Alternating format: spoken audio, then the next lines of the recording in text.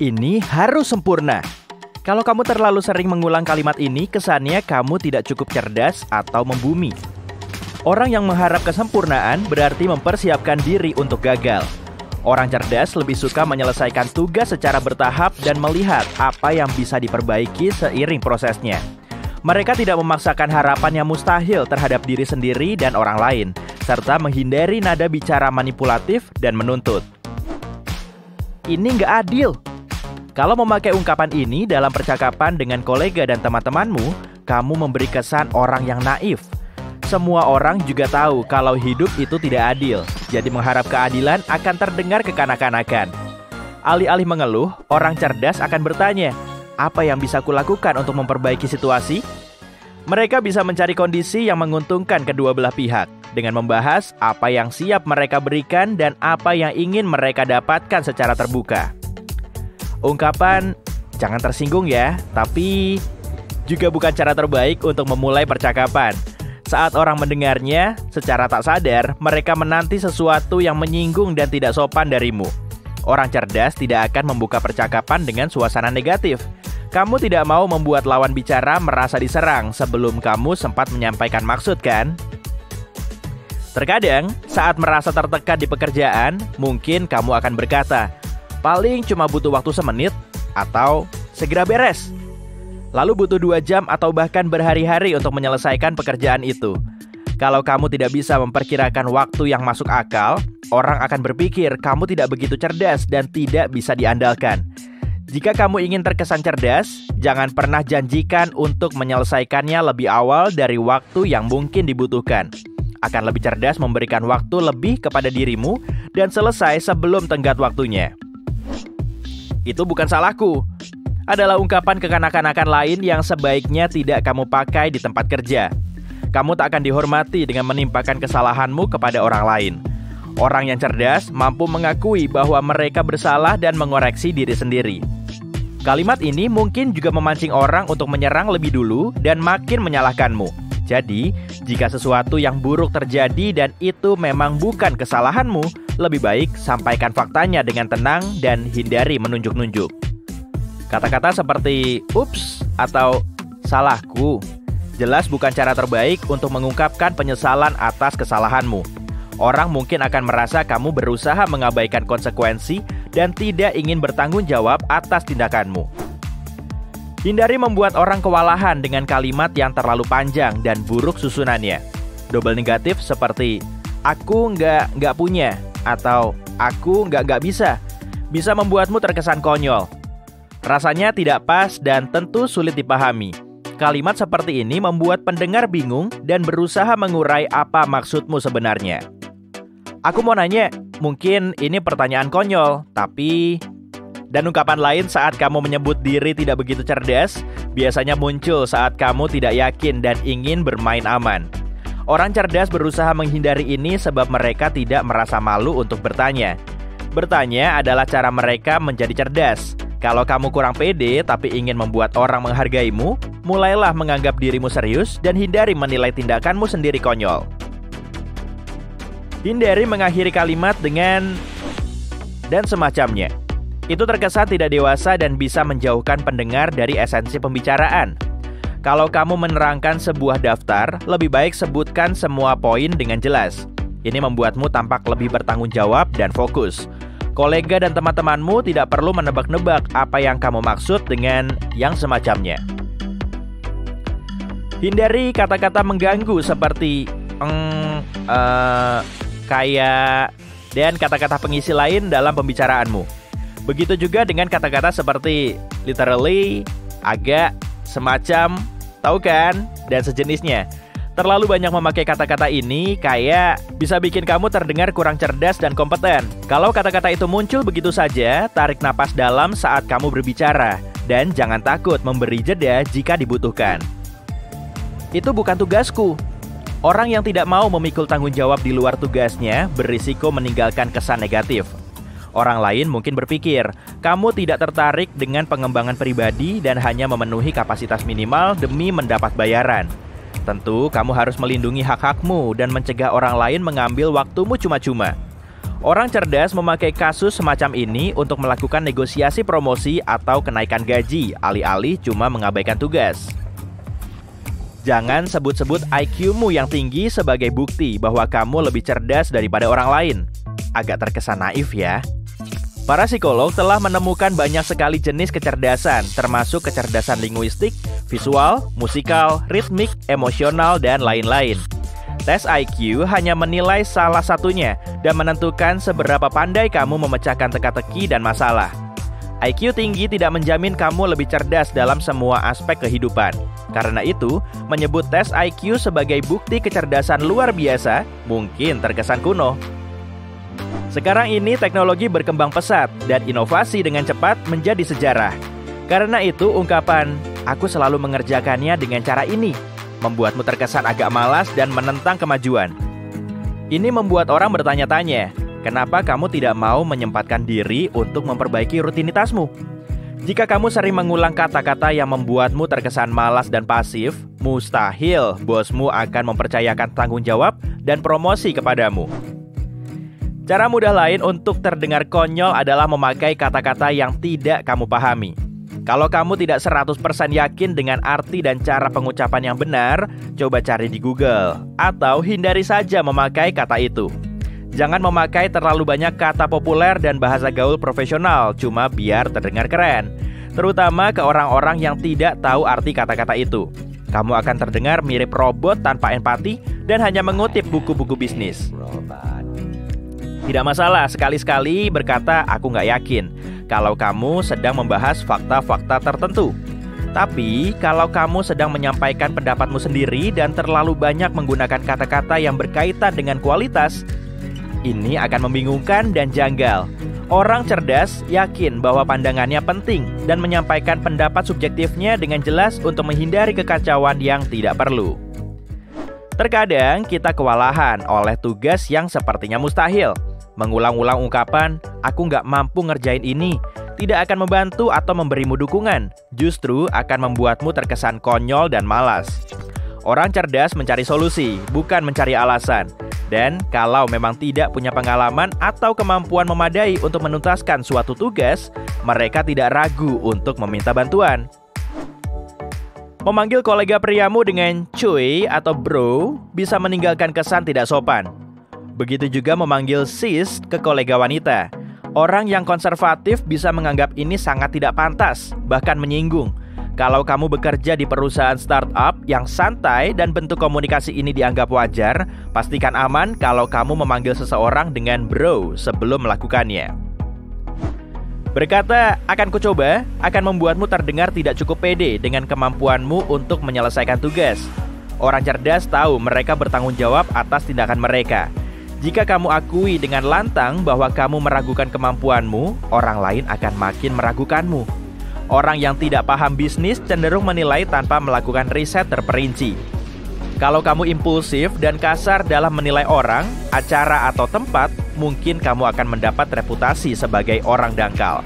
Orang cerdas tidak buru-buru menyimpulkan sesuatu dan mengambil waktu untuk mengamati.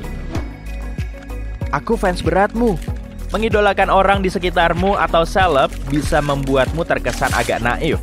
Siapapun punya kelebihan maupun kekurangan, dan orang cerdas menghormati orang lain sebagai diri mereka apa adanya dan tidak menjadikan orang lain teman imajiner yang sempurna. Jika kamu meniru seleb dengan membabi buta, menirukan perkataan dan tindakannya, memakai gaya rambut dan pakaian yang sama, maka kamu tidak akan dianggap sebagai orang yang dewasa. Orang cerdas punya keberanian untuk menjadi diri sendiri. Banyak juga cara nonverbal untuk tampak konyol dibanding keadaanmu yang sebenarnya. Terus-menerus menganggukkan kepala, duduk dengan posisi punggung membelok, atau melanggar etika berpakaian. Jika perusahaanmu menuntut semua karyawan memakai pakaian bisnis kasual untuk acara perusahaan, dan kamu muncul dengan celana jeans dan hoodie, orang akan berpikir kamu tidak punya kesadaran dan rasa hormat. Balik 20 menit lagi. Kalau kamu terbiasa meninggalkan catatan seperti itu di tempat kerja, orang bisa berpikir kamu tidak begitu cerdas. Pelanggan yang baru saja tiba di kafe atau toko dan melihat pintu tertutup dengan catatan ini, kan tidak tahu kapan kamu pergi. Dia tidak bisa memperkirakan berapa lama harus menunggu. Itu sebabnya lebih cerdas kalau kamu sebutkan kapan persisnya kamu pergi dan kembali ke tempat kerja. Paham? Bagus.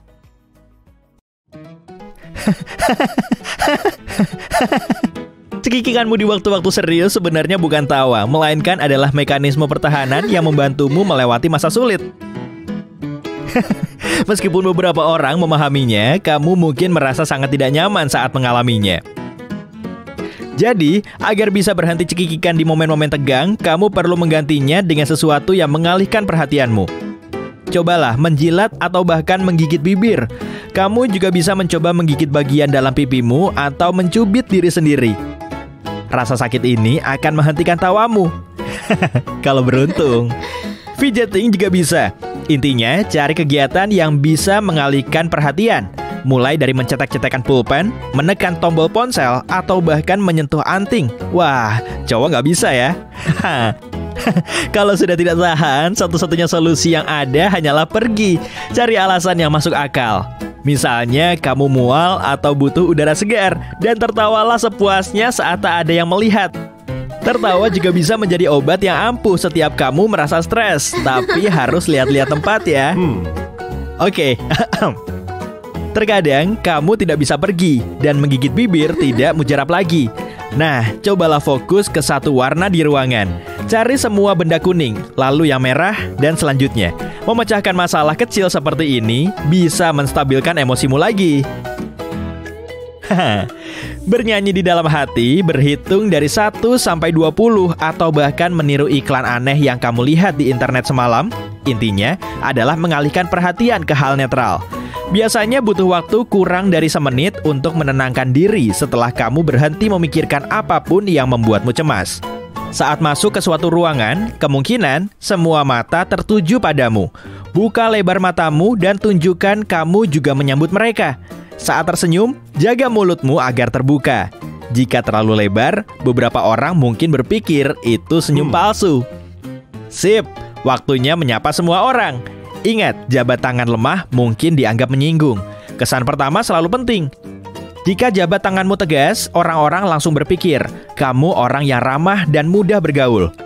Mereka yang jabatan tangannya kuat juga lebih mudah diterima kerja. Dan yap, tak ada yang suka menyentuh tangan dingin. Jadi, hangatkan tanganmu sebelum bersalaman. Cara seseorang menjabat tanganmu bisa menunjukkan niat mereka. Salaman 2 tangan berarti dia bisa dipercaya. Dan jika seseorang menyentuh lengan atau bahumu saat menjabat tangan, mungkin artinya dia kurang pandai berkomunikasi. Untuk cewek-cewek, selalu bawa tas tanganmu di tangan kiri. Tangan kanan harus selalu siap bersalaman. Jangan merepotkan dirimu sendiri dengan memindah tas ke tangan satunya saat kamu perlu menyapa seseorang. Trik lain agar terlihat lebih ramah di acara apapun adalah membawa minuman. Dengan begini, orang-orang di sekitarmu, entah bagaimana, merasa kamu lebih mudah didekati. Mau teman lama atau orang yang baru kamu temui, selalu sebutkan nama orang yang kamu ajak bicara. Ya, mungkin ada ratusan orang di sini, tapi kalau kamu terus menyebut nama teman bicaramu, itu akan membuat mereka merasa istimewa. Aku pernah punya teman SMA yang ingat nama-nama semua anak seangkatan. Dan aku juga ingat, semua orang dekat sama dia. Pujilah siapapun teman bicaramu. Psikolog mengatakan, semua ucapan kita memengaruhi cara orang memandang kita. Saat kamu memuji penampilan seseorang, secara tidak sadar, mereka mulai berpikir kamu baik. Begitu juga sebaliknya, saat kamu mengeluh tentang keburukan seseorang, teman bicaramu mungkin berpikir kamulah yang tidak baik, bukan orang yang kamu gosipin. Supaya makin banyak disukai orang, cobalah teknik pencerminan alias mirroring. Coba refleksikan dan ulangi bahasa tubuh teman bicaramu. Dengan begini, mereka akan selalu senang saat bertemu denganmu. Untuk bahasa tubuh, pikirkan postur tubuhmu. Jaga dagumu sejajar dengan lantai dan selalu buka dadamu. Saat duduk, silakan menyilangkan kaki agar postur tubuhmu tetap terjaga dengan baik. Banyak orang bisa dengan tak sadar merasakan suasana hati orang lain di sekitar. Jadi, kalau ingin temanmu merasa nyaman saat mereka bersamamu, jagalah suasana hatimu atau setidaknya berusahalah. Mood positifmu akan menyebar dan orang lain langsung menyukaimu hanya karena mereka nyaman di dekatmu. Selalu harapkan hal baik dari orang lain. Mungkin kedengarannya klise, tapi jika kamu berpikir teman bicaramu tidak baik, perilakumu ke orang ini juga akan ikut buruk. Kemungkinan besar mereka akan membalasnya. Tapi, jika kamu menunjukkan sisi ramahmu, kebanyakan orang akan melakukan hal yang sama. Yang satu ini agak kurang logis. Jika kamu terlalu baik dan altruistik, beberapa orang mungkin tidak ingin bekerja dan berteman denganmu. Kedengarannya aneh, tapi orang-orang yang terlalu tanpa pamrih membuat orang lain merasa mereka terlihat jahat. Sementara sebagian orang lain tidak percaya ada yang namanya ketulusan murni. Ya, nggak ada yang beneran suka sama si sempurna. Lagi pula memang ada. Jadi, saran dariku adalah sesekali kamu bisa menunjukkan dirimu tidak sempurna. Psikolog mengatakan orang-orang cenderung menyukai mereka yang sesekali berbuat salah. Kamu setuju? Jangan coba-coba menyentuh orang lain tanpa henti. Sentuhan halus bisa membuat orang lain merasa kamu orang baik saat kalian mengobrol. Coba sentuh punggung atau lengannya sedikit. Tapi tolong, jangan terlalu lebay. Sebuah eksperimen menunjukkan pelayan yang menggunakan teknik ini saat memberi kembalian mendapatkan tips yang lebih besar. Wow, lumayan. Supaya lebih disukai, ceritakan rahasiamu ke seseorang. Pilihlah rahasia pribadi yang kedengarannya sangat penting. Tapi, lawan bicaramu harus menceritakan rahasianya juga dan berjanji tak akan membocorkannya. Kepercayaan sama pentingnya dengan kesetiaan dan kejujuran.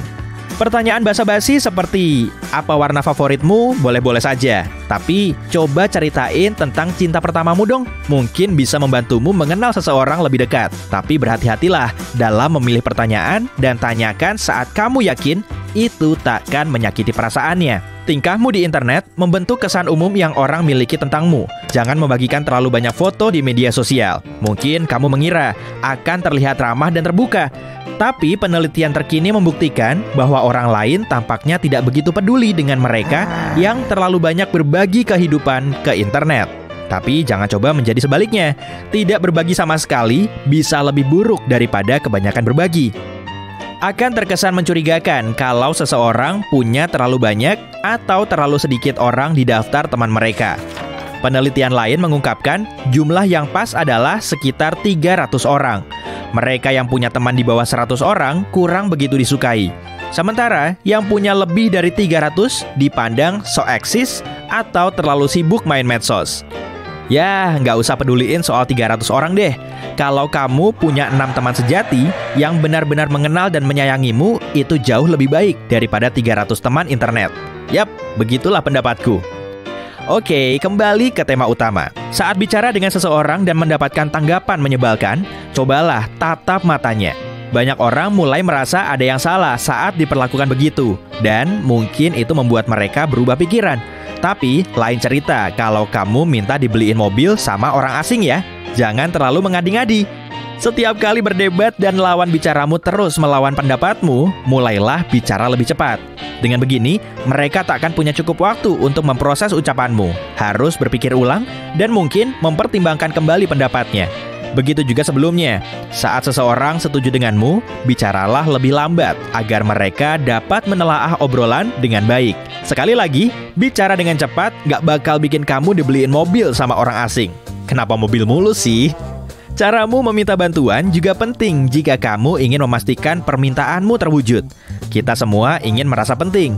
Jadi, kalau kamu mengatakan, aku pengen kamu, kemungkinan besar kamu akan mendapatkan bantuan. Batu gunting kertas sering kita pakai untuk membuat pilihan sulit, tapi ada trik untuk memenangkannya. Tepat sebelum sweet, tanyakan pertanyaan asal ke lawanmu. Seperti, kamu tahu nggak kita semua terbuat dari piksel? Temanmu akan bingung dan kemungkinan besar nggak akan pakai gunting. Santai aja, emang ini gunanya teman. Adalah kombinasi kata ajaib yang harus kamu katakan setiap kali seseorang berkata, terima kasih atas bantuanmu.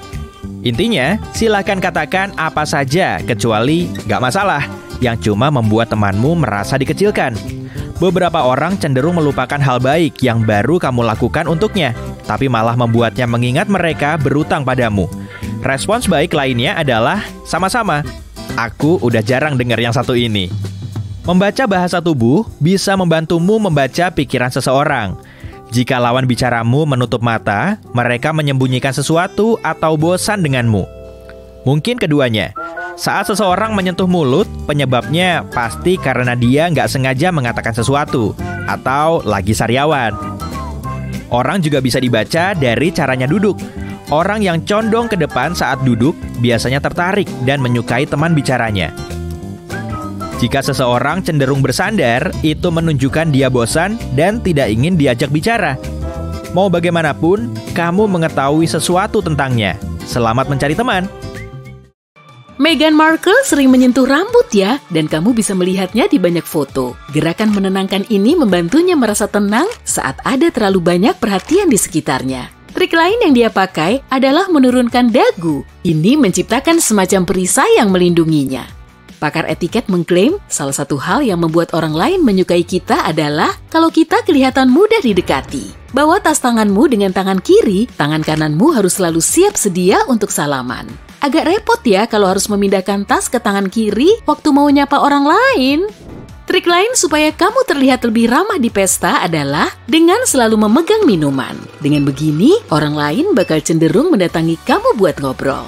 Saat masuk ke suatu pesta, kemungkinan besar semua mata tertuju padamu. Supaya kelihatan ramah dan mudah didekati, lebarkan sedikit matamu. Dan kalau senyum, bukalah mulutmu sedikit. Itulah yang selalu dilakukan Meghan. Senyum penting banget loh kalau kamu mau kelihatan manis di foto. Tapi meski Meghan terus tersenyum, dia selalu berusaha nggak senyum terlalu lebar. Senyuman yang kelewat lebar bisa kelihatan agak dipaksakan, nggak alami, dan kurang bagus di foto. Trik lain supaya kamu kelihatan bagus di foto adalah santai. Beberapa tarikan napas dalam biasanya cukup biar kamu nggak tegang. Kalau kamu merasa canggung dan bingung harus menaruh tangan di mana, coba bawa tas. Bersikaplah natural dan katakan, Queen. Ada teknik lain yang bukan cuma dipakai Meghan. Kebanyakan psikolog menyarankanmu mengulangi nama orang yang kamu ajak bicara. Suatu pesta mungkin didatangi ratusan tamu. Jadi, kalau kamu menyebut nama seseorang saat bicara dengannya, teman bicaramu akan merasa istimewa. Supaya lebih banyak disukai orang, cobalah teknik mirroring, yaitu merefleksikan dan mengulangi bahasa tubuh orang yang kamu ajak bicara. Orang lain akan merasa lebih nyaman saat lawan bicaranya meniru gerakannya. Tapi jangan berlebihan ya. Bahasa tubuh sangat penting untuk komunikasi loh. Menjaga postur tubuh yang baik adalah salah satu poin utama etiket. Dan Meghan Markle punya postur sempurna. Saat berjalan, dia menahan dagu sejajar dengan lantai dan bahunya selalu ditarik ke belakang. Saat duduk, dia menyilangkan kaki. Itu bagus untuk menjaga postur tubuh. Posisi berdiri yang baik sangat penting supaya kamu tampil bagus di foto. Arahkan satu kaki keluar dan miringkan pinggul ke arah berlawanan. Lalu miringkan kepalamu sedikit ke bawah dan ke kiri atau ke kanan, ke arah manapun yang cocok untukmu. Tara, kamu pun berhasil meniru posisi berdiri Meghan dan banyak selebritas lainnya saat berpose. Saat memilih pakaian untuk foto-foto, pilihlah warna cerah yang akan kelihatan menonjol. Kalau pakaian kamu menonjolkan pinggang, itu jauh lebih bagus.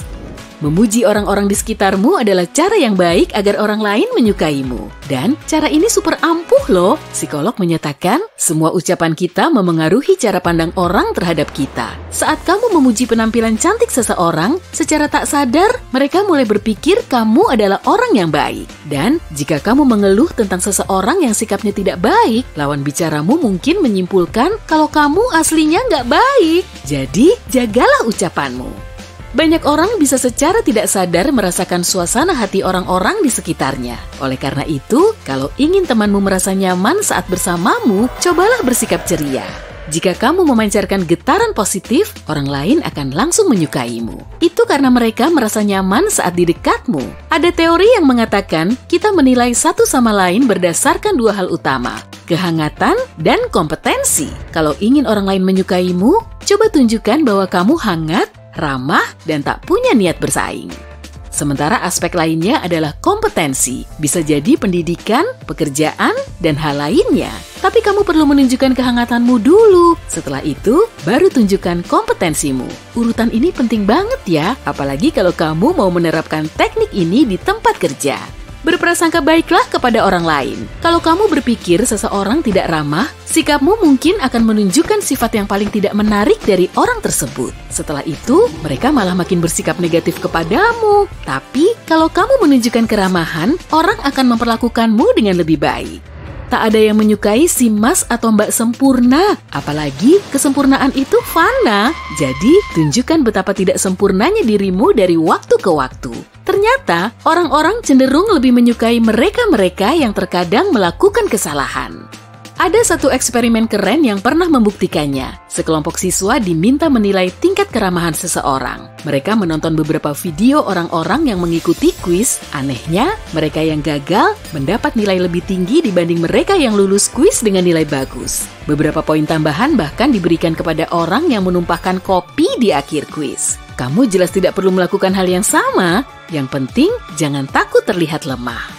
Menyentuh orang asing biasanya bukan ide yang bagus ya, tapi kontak yang lembut dan nyaris tidak terasa bisa membuat orang lain menilai kamu lebih baik saat kamu bicara dengannya. Kamu boleh kok menepuk punggung atau menyentuh lengannya, tapi sekilas aja ya. Sebuah eksperimen menunjukkan pelayan yang menggunakan teknik ini sambil mengembalikan uang kembalian mendapatkan uang tip lebih besar.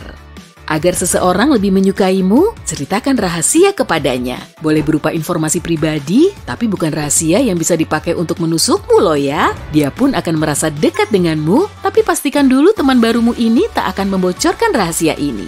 Rasa percaya itu sama pentingnya dengan kesetiaan dan kejujuran.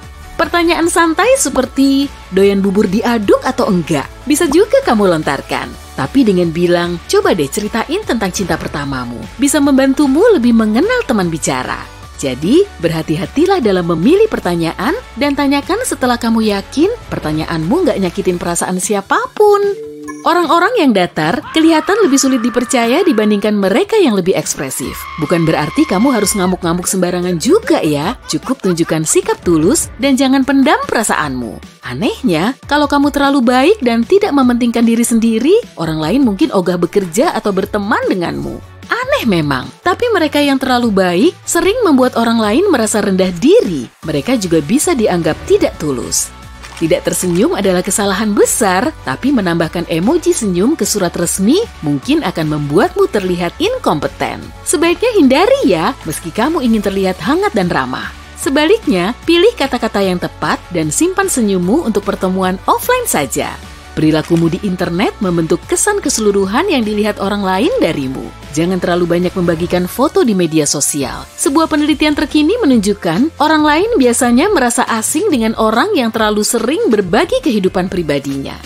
Jumlah teman di media sosialmu juga penting loh. Kebanyakan orang merasa curiga kalau jumlahnya terlalu banyak atau terlalu sedikit. Satu penelitian lain mengungkapkan jumlah teman yang sempurna agar terlihat ramah tapi tidak berlebihan adalah sekitar 300 orang.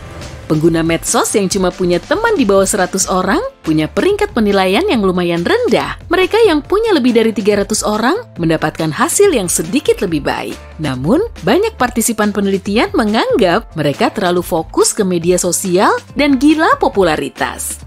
Bertindak ekstrem juga membuat orang gak nyaman. Tidak membagikan informasi pribadi apapun sama buruknya dengan membagikan informasi berlebihan. Foto profil close up juga menjadi aspek lain yang bisa membuat orang kesal. Sebuah penelitian membuktikan foto yang diambil dari jarak 30 cm membuat orang terlihat kurang kompeten dan kurang menarik dibandingkan foto yang diambil dari jarak setidaknya 120 cm. Mungkin karena gambar jarak dekat agak terdistorsi dan terlihat pecah ya. Wow, hidungmu besar juga. Kejujuran adalah salah satu hal yang paling disukai. Jadi, jangan pernah menyombongkan diri sekalipun. Misalnya, kamu sedang bersiap melakukan wawancara pekerjaan. Dalam kasus ini, mengatakan bahwa bekerja keras adalah kelemahanmu adalah ide yang buruk. Sebaliknya, katakan sesuatu yang tidak berhubungan dengan jabatan yang kamu lamar. Ini akan membuatmu terlihat lebih tulus, kamu nggak akan dinilai menyembunyikan kelemahan, tapi juga nggak dianggap basa-basi. Jabat tangan yang baik adalah kesempatanmu untuk membuat kesan pertama yang positif. Kalau jabat tanganmu kuat, orang lain cenderung menganggapmu sebagai pribadi yang supel dan mudah bergaul. Orang dengan jabat tangan yang kuat juga lebih cenderung mendapatkan pekerjaan. Sip, semoga keterima ya.